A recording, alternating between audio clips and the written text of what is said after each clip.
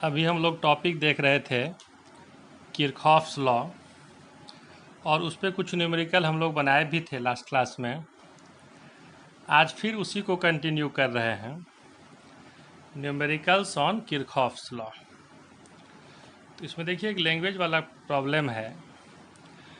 To cells of EMF 2 volt and 1 volt and of internal resistance 1 ohm and 2 ohm respectively have their positive terminals connected by a wire of 10 ohm resistance and their negative terminals by a wire of resistance 4 ohm, and another wire of 10 ohm is connected between the middle points of these wires.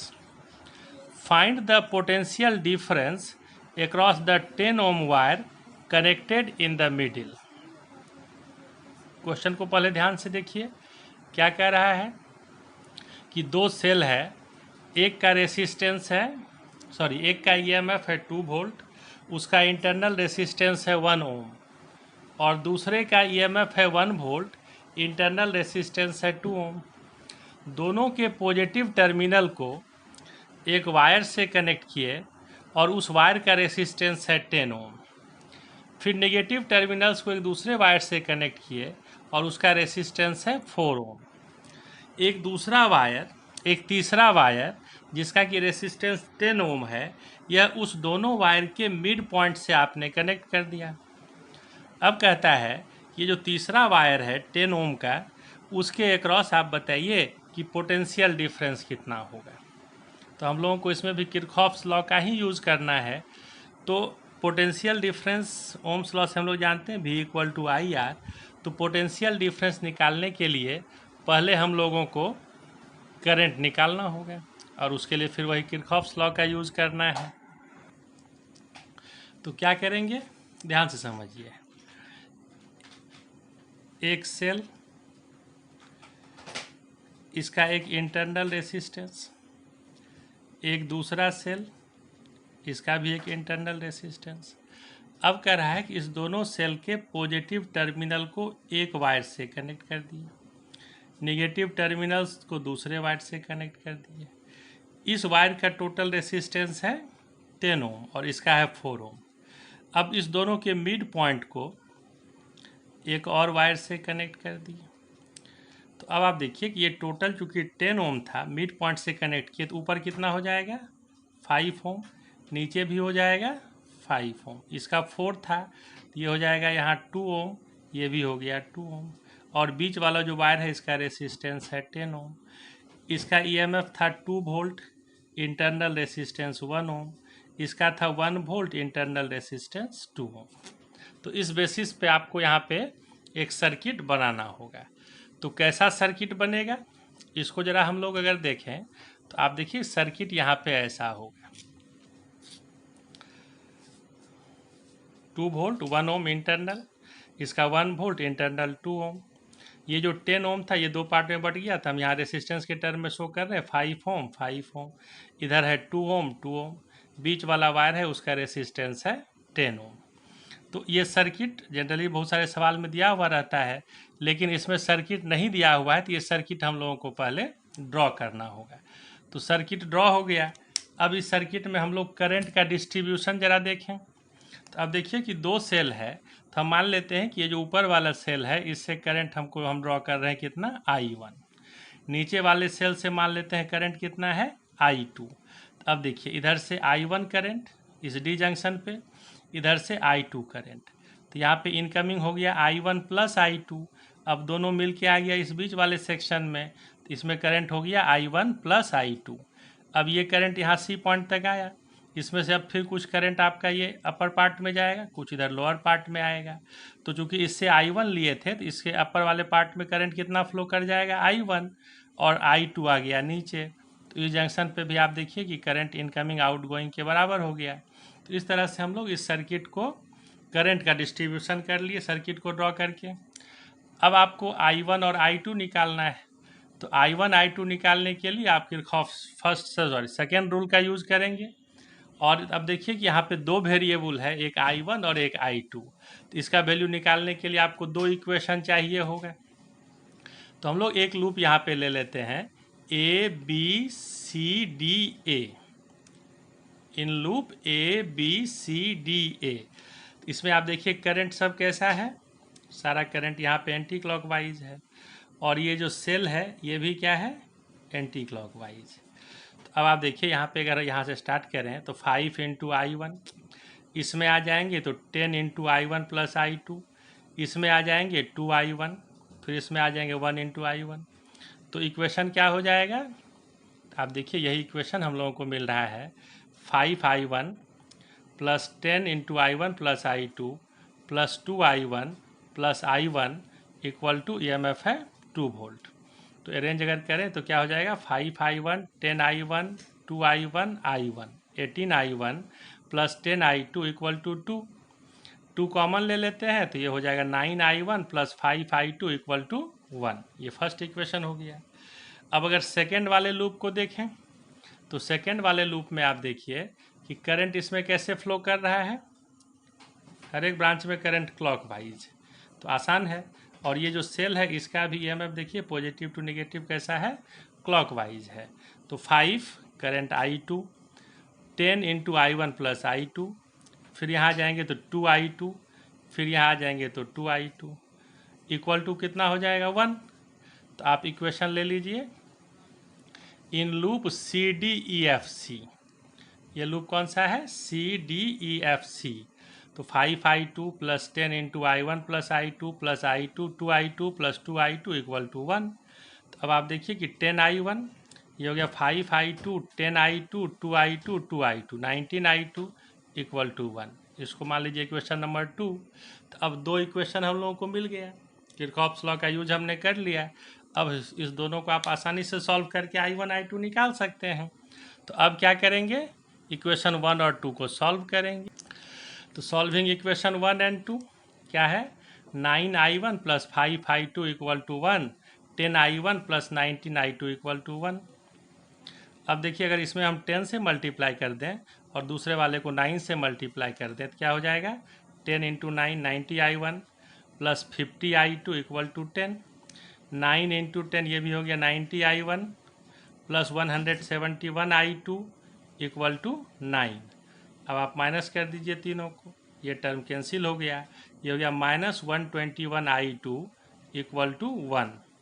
तो therefore I2 कितना हो गया, तो I2 equal to हम लोगों को यहाँ मिल गया माइनस 1/121 एम्पियर। अब I1 निकालना हो अगर, तो I1 निकालने के लिए यहाँ पे देखिए, putting the value of I2 in equation first, 9I1 plus 5I2, I2 का वैल्यू माइनस 1/121 इक्वल टू 1। तो 9I1 इक्वल टू 1, ये हो गया माइनस 5/121, इधर लाए तो हो गया प्लस 5/121, ऐड कीजिए 126/121। तो I1 कितना हो जाएगा, तो 126/121, इस 9 को आप इधर ले आए। अब ये 9 126 से 14 टाइम्स में कैंसिल हो गया, तो I1 कितना बच गया आपके पास, 14/121 एम्पियर। तो अब पोटेंशियल डिफरेंस जब हम लोग निकालेंगे बीच वाले CD के अक्रॉस, तो V इक्वल टू IR। अब उस बीच वाले ब्रांच में करंट है कितना, I1 plus I2 I into R। I1 है आपका 14/121, I2 क्या हो गया माइनस 1/121, और R है 10 Ω, ये हो गया 13/121 इंटू 10, दैट इज 130/121। इसको सॉल्व कीजिए तो हो जाएगा 1.07 वोल्ट। यही आपका आंसर हो गया।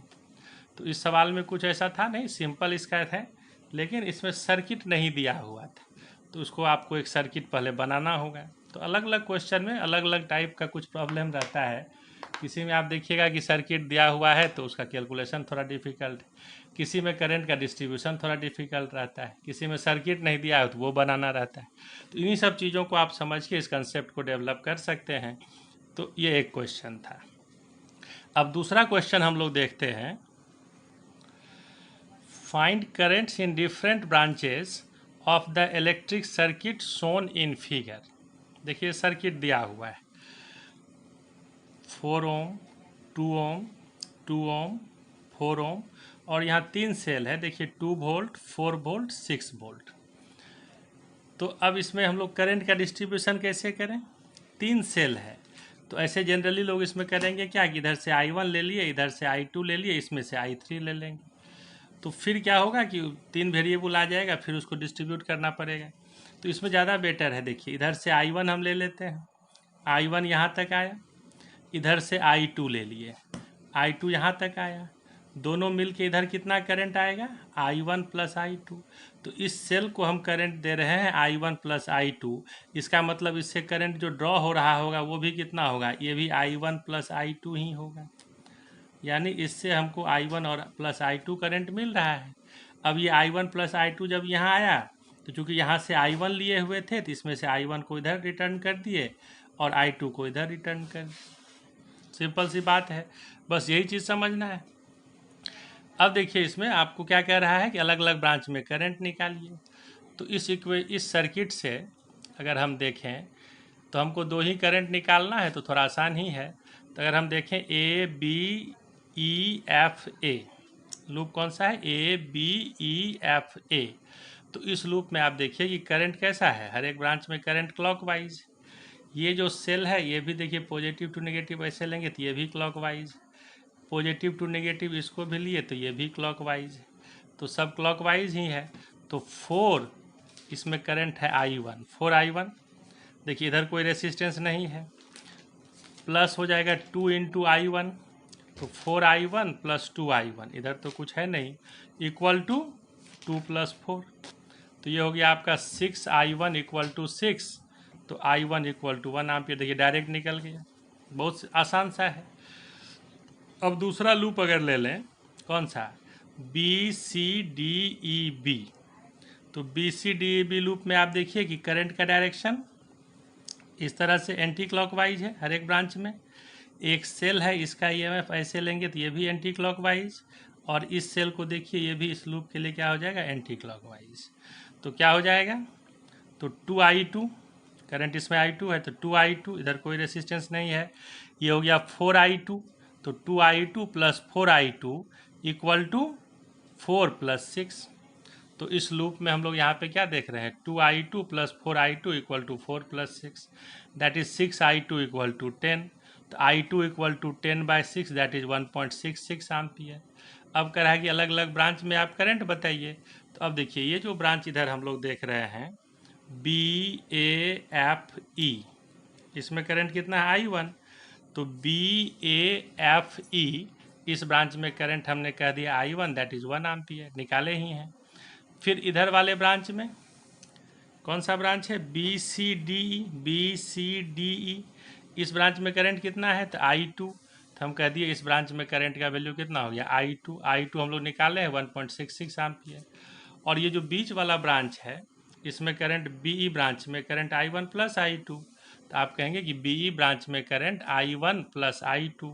अब I1 है 1 एम्पियर, I2 है 1.66 एम्पियर, टोटल हो गया 2.66 एम्पियर।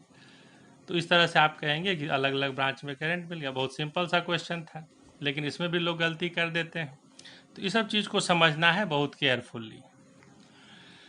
तीसरा क्वेश्चन देखिए, ये आया हुआ क्वेश्चन है, CBSE में आया हुआ था, ये 2012 या 13 में पूछा था।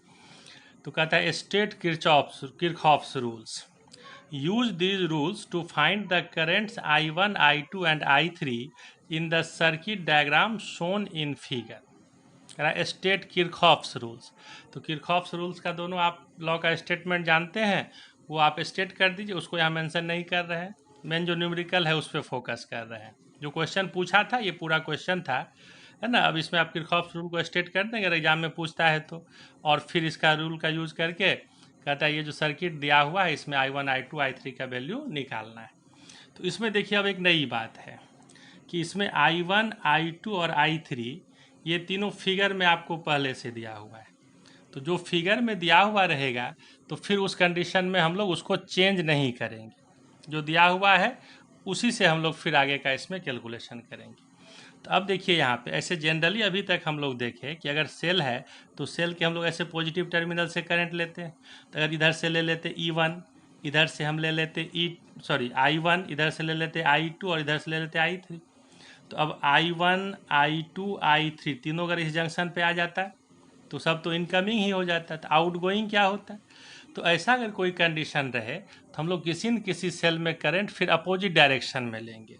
ऐसा हम कह सकते हैं कि एक करंट इधर से लिए, एक करंट इधर से लिए, दोनों मिल के फिर इधर भेज दिए, तो इसमें करंट उल्टा हो जाएगा।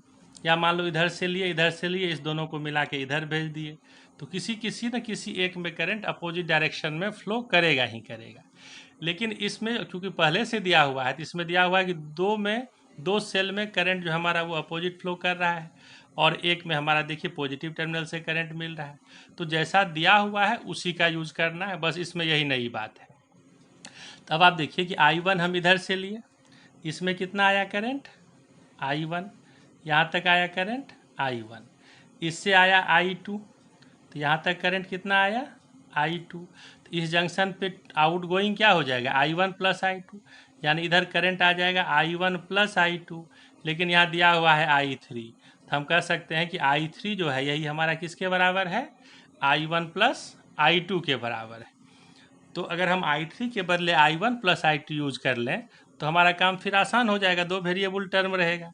और अगर I3 लेके चलेंगे तो फिर उसको सॉल्व करने में थोड़ा ज़्यादा लंबा चौड़ा हो जाएगा। तो अब यही I1 प्लस I2 यहाँ तक आया, इसमें से फिर I2 इधर I1, इतना बात इसमें समझना है।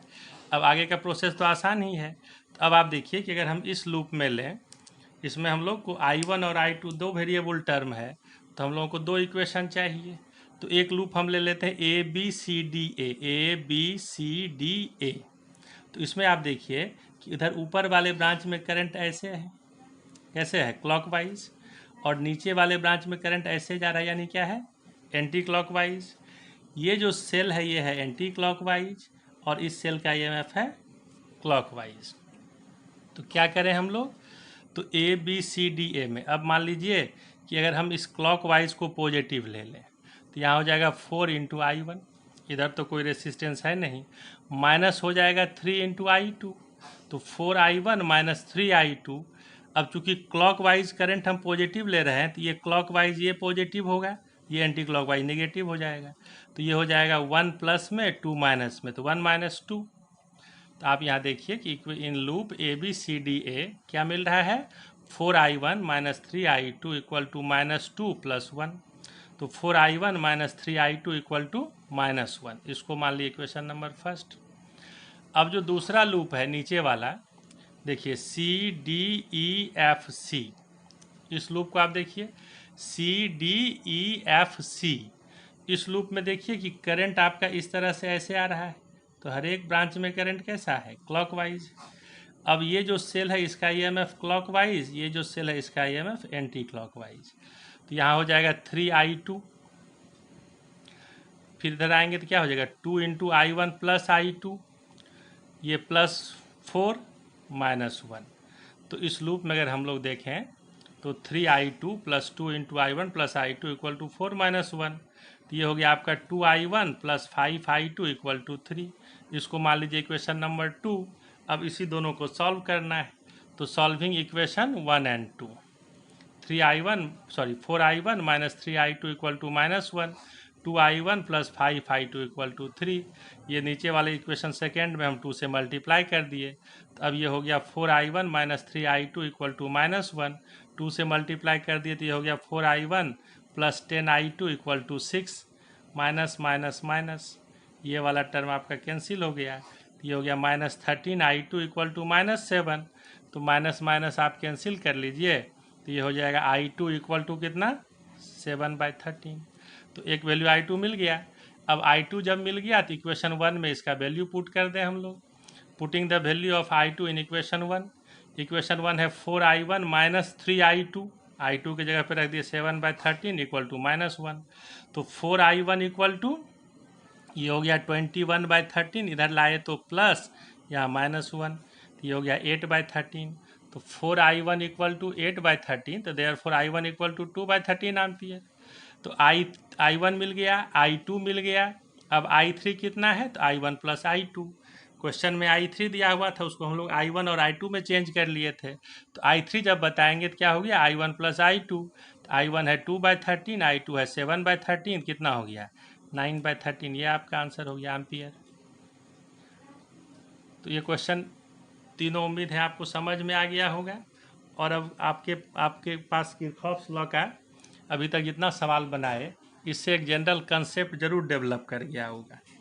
इसमें और कुछ क्वेश्चन हम लोग बनाएंगे, उसमें फिर कहीं कहीं आप देखेंगे कुछ कुछ ट्रिक रहता है, तो वो सब क्वेश्चन बनाएंगे, लेकिन जो जनरल कंसेप्ट है वो अब आपके माइंड में सेट हो जाना चाहिए। तो अब आज देखिए कि इस पर हम, अगर आप इतना समझ गए हैं तो 3 क्वेश्चन यहाँ पे आपको होमवर्क दे रहे हैं, उसको घर में बैठ के आप खुद से बनाइए और देखिए कि अगर बन जाता है तो आप समझेंगे कि अब हम इतना बात समझ रहे हैं। तब आगे एक दिन इस पर कुछ और क्वेश्चन बनाएंगे, फिर तब ये टॉपिक क्लोज होगा। होमवर्क, अब जैसे देखिए पहला क्वेश्चन इसमें सर्किट नहीं दिया हुआ है, आपको सर्किट ड्रॉ करके तब इसको फिर सॉल्व करना होगा। तो क्वेश्चन है 2 cells of EMF 1.5 volt and 2 volt and internal resistances 1 ohm and 2 ohm respectively are connected in parallel so as to send current in the same direction through an external resistance of 5 ohm। जैसे पिछला first वाला सवाल बनाए थे उसी type से है। अब क्वेश्चन इसमें पूछ रहा है कि ड्रॉ द सर्किट डायग्राम, जो कंडीशन दिया हुआ है उसके अकॉर्डिंगली आप एक सर्किट डायग्राम बनाइए।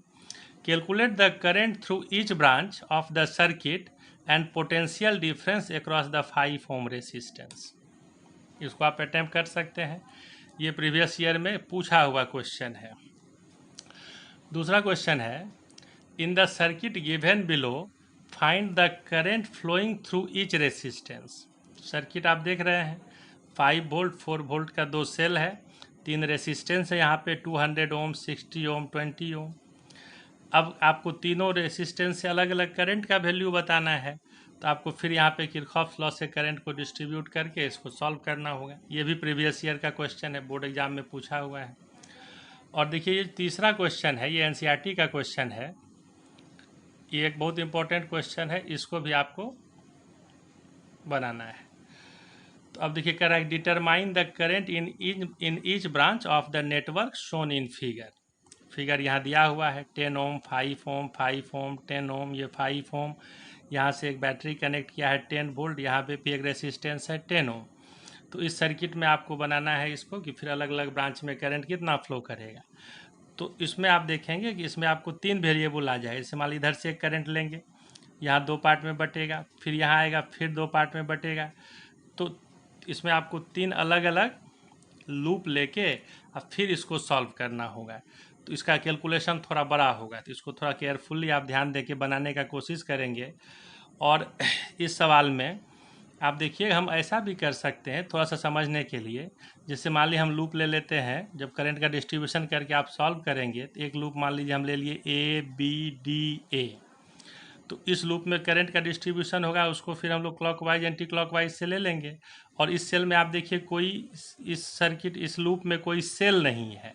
तो जब सेल किसी लूप में नहीं रहेगा तब हम कहेंगे कि इक्वल टू कितना हो जाएगा, करंट और रेसिस्टेंस के प्रोडक्ट का सम इक्वल टू क्या हो जाएगा, 0।